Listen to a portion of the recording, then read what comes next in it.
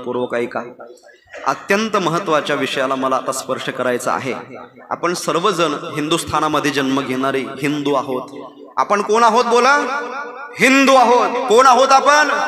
हिंदू आहोत. आपलं जीवन स्वाभिमानी असलं पाहिजे. स्वाभिमान ज्याचा बिंदू तोच खरा हिंदू.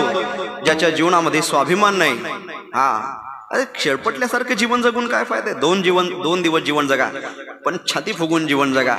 गर्व असलं पाहिजे आपल्याला, मी हिंदू असल्याचा. गर्व से कहो हम हिंदू है. माणसाला गर्व असतो इष्टिटीचा. अरे रावणाची सोन्याची लंका होती रे. कोरोनामध्ये लॉकडाऊन मध्ये लोकांनी असे पैसे फेकून मारले डॉक्टरच्या तोंडावर, पण नाही महाराज, पैसा कामी येत नाही. गर्व असलं पाहिजे स्वतःच्या धर्मावर. ना दौलत पे गर्व करते हैं, ना शोहरत पे गर्व करते हैं. किया है भगवान ने हिंदू बनकर पैदा, इसलिए अपने हिंदू होने पर गर्व करते हैं.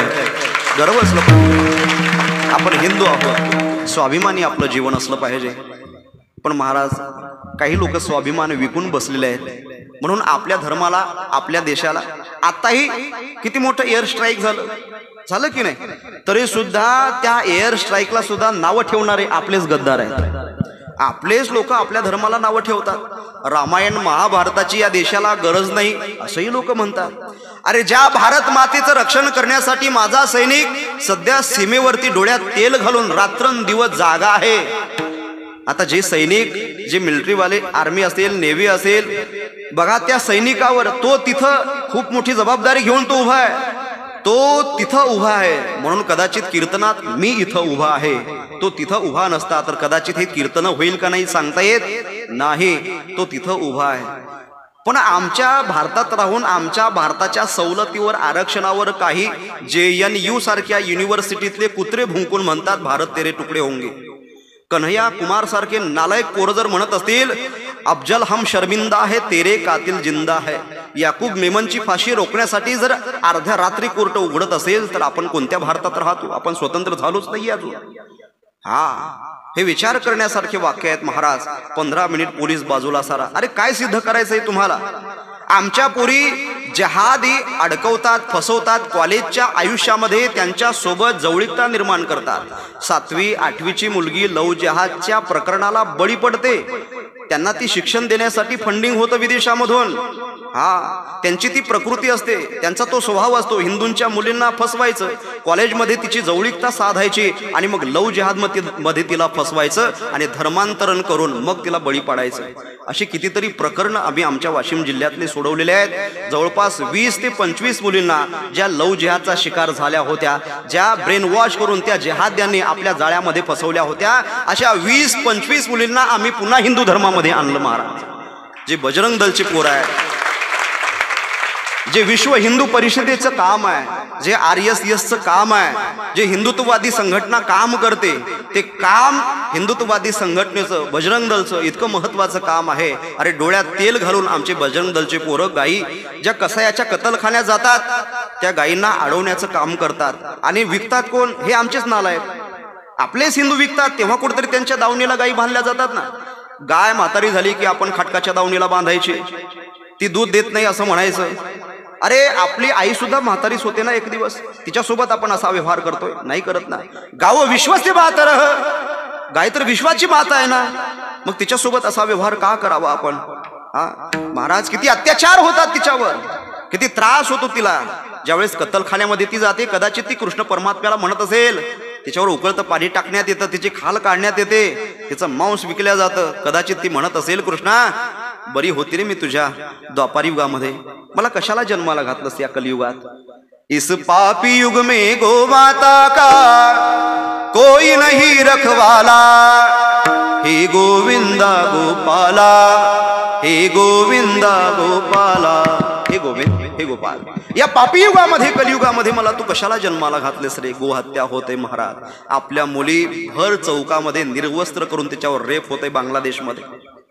असले भयानक व्हिडिओ तुमच्याही मोबाईलवर आले असतील त्या काळातले. बांगलादेशमध्ये तिथला हिंदू एकेकाळी 25% 26% होता, पण तिथला हिंदू ज्यावेळेस 5-6% आला, अल्पसंख्याक झाला, तेव्हा हिंदूंची कत्तल भर चौकामध्ये सुरू झाली. आपण बहुसंख्यक आहो म्हणून सुरक्षित आहो. इथलं संविधान सुद्धा आपण हिंदू बहुसंख्यक आहो म्हणून सुरक्षित आहे.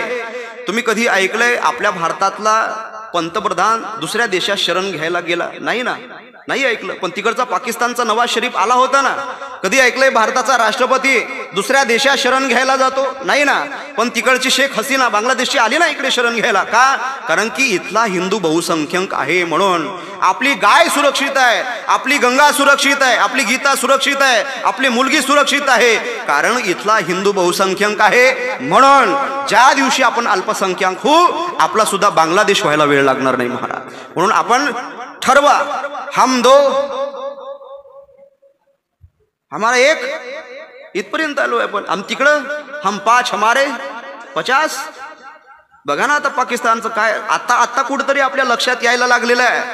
अरे आमचे ऋषीमुनी आम्हाला आशीर्वाद देत होते. कोणता? अष्टपुत्र, 8 मुलं झाले पाहिजे. आणि हम दो हमारा एक. आता तेही नाही. आता काही तर 2 पुस्तकं शिकून शहाणी झालेली, एज्युकेटेड झालेली मुलं आमची लिव्ह इन मध्ये राहतात. मुलगाच होऊ द्यायचं नाही. कुठं चाललंय आमची संस्कृती? ही आमची संस्कृती नाही आहे, ही विदेशातली संस्कृती आहे. आणि आपण त्या संस्कृतीचं अंधाधुंद अनुकरण करायला लागलो म्हणून इथला हिंदू एक एक एक हिंदू कापल्या चालला. उदयनपूरमध्ये अरे तो कन्हैयालाल दर्जी नुसतं नुपूर शर्माचं समर्थनाचं स्टेटस ठेवलं. सरतन से जुदा झालं त्याचं. त्यांचा नारा आहे सरतन से जुदा. आपल्या पोरी ते फसवतात. आपल्या पोरींचे तुकडे फ्रीजमध्ये सापडतात. तिकडं श्रद्धा 35 तुकड्यामध्ये सापडली. तुम्हाला खोटं वाटत असेल, अरे युट्यूबवर सर्च करा. हजारो प्रकरण आहेत लव जिहादचे आणि लोक म्हणतात खोटं आहे. एकट्या कर्नाटकमध्ये 20,000 प्रकरणं आहेत. आपल्या महाराष्ट्रातल्या कितीतरी मुली पळवल्या जातात, सापडत नाहीत. मुलींनो, मी तुमच्या भावासारखा आहे, लक्षपूर्वक ऐका. आपल्या कृत्यामुळं आपल्या आईवडिलाच्या डोळ्यात जर पाणी येत असेल तर शिक्षण न शिकलेलं बरं आहे महाराज. शिक्षणाला विरोध नाहीये, तुम्ही एज्युकेशन घ्या. एज्युकेशन खूप महत्वाचं आहे. डॉक्टर व्हा, वकील व्हा, इंजिनियर व्हा. आज आर्मी आणि नेव्हीच्या 2 जणी आपल्या भारतामध्ये काय घडामोड झाली, पाकिस्तानमध्ये कसा हल्ला केला, POK मध्ये कसा हल्ला केला, 2 मातांनी 2 महिलांनी सांगितलं, 2 ऑफिसरनी सांगितलं. आणि त्या 2 ऑफिसर लेडीज होत्या. ही आपल्या भारताची अस्मिता आहे महाराज. हे आपल्या भारताचं सामर्थ्य आहे की इथे नारीला खूप किंमत आहे. यत्र नार्यस्तु पूजन्ते रमन्ते तत्र देवता. इथे नारीची पूजा केली जाते. नारीला अहिल्या देवी म्हटलं जातं, जिजाऊ आईसाहेब म्हटलं जातं, तिला घरात देवघरात ठेवलं जातं. पण ही संस्कृती आपण जपली पाहिजे. आपण हिंदुस्थानामध्ये जन्माला आलो. छत्रपती शिवाजी महाराजांच्या हिंदवी स्वराज्यामध्ये आपला जन्म आहे. मला एका प्रश्नाचं उत्तर द्या. हे तो हिंदवी स्वराज्य व्हावं ही श्रींची इच्छा. हे कोणाचे वाक्य आहेत? रायगडावर त्या रायरेश्वराच्या वेळेस शपथ घेताना शिवाजी महाराजांनी ही इच्छा केली. हे तो हिंदवी स्वराज्य व्हावं. हिंदवी स्वराज्य व्हावं म्हणजे हिंदू राष्ट्र व्हावं. हे पाहिलेलं स्वप्न शिवाजी महाराजांचं आहे. इच्छा शिवाजी महाराजांची आहे. जर शिवाजी महाराजांची इच्छा असेल हे तो हिंदवी स्वराज्य व्हावं, थोडं लक्षपूर्वक ऐका. शिवाजी महाराजांची इच्छा असेल हिंदू राष्ट्र व्हावं, तर आपण धर्मनिरपेक्ष जीवन जगणारे कोण आहोत? धर्मनिरपेक्ष नाही, धर्मसापेक्ष जीवन जगायला शिका. आपल्या हिंदू धर्मावर आपला स्वाभिमान असला पाहिजे. आपला भारत देश एक दिवस तरी हिंदू राष्ट्र झाला पाहिजे. इस्लामांचे 56 देश आहेत, बौद्धांचे 150च्या वर देश आहेत, यहुद्यांचे देश आहेत, ज्यू लोकांचा एक देश आहे, अनेक जातीपंथातले देश आहेत. पण भारत आपला हिंदुस्थान, हिंदू को नाही स्थान म्हणायलाच हिंदुस्थान. आपल्याला स्थान नाही आहे इथे, म्हणून 15 मिनिट पोलीस बाजूला सर असे स्टेटमेंट येतात. म्हणून आपलं हे हिंदू राष्ट्र झालं पाहिजे ही शिवाजी महाराजांची इच्छा होती. ती इच्छा ज्या दिवशी आमचा हा असलेला मावळा पूर्ण करेल त्याच दिवशी खरी शिवजयंती आमच्या भारतात साजरी होईल. हिंदू राष्ट्र झालं पाहिजे. बाकी सगळ्या लोकांचे देश आहेत, फक्त हिंदूंचा देश नाहीये. म्हणून हिंदुस्थान हिंदू राष्ट्र करण्यासाठी आपले प्रयत्न असले पाहिजे. आपल्या मुलींना व्यवस्थित सांभाळा, त्यांना धर्माचं शिक्षण द्या. आपल्या मुलाबाळांना देवळातला देव दाखवा. अरे त्या समाजाकडून एक शिका. 5 वाजले, बाग झाली महाराज की अजान वाचण्याकरता त्या धर्मात त्या मुलांना बोटाला धरून नेल्या जातं. ये अपना खुदा है, ये अपना अल्लाह है, इसको नमाज अदा करना चाहिए. असं शिका. आपण आपल्या मुलांना देवळातला देव कधीतरी दाखवा. त्याला गीता दाखवा, त्याला ज्ञानेश्वरी दाखवा, त्याला आईवडिलांची सेवा करायला लावा, आहे की नाही. पण बापच जर लेझिम खेळत घरी येत असेल तर मुलाला काय बोलून फायदा आहे? हे बापा हाणले पाहिजे पहिल्यांदा. अरे आपल्या बापाला शिक्षण नाहीये, आपल्याला काय असणार आहे?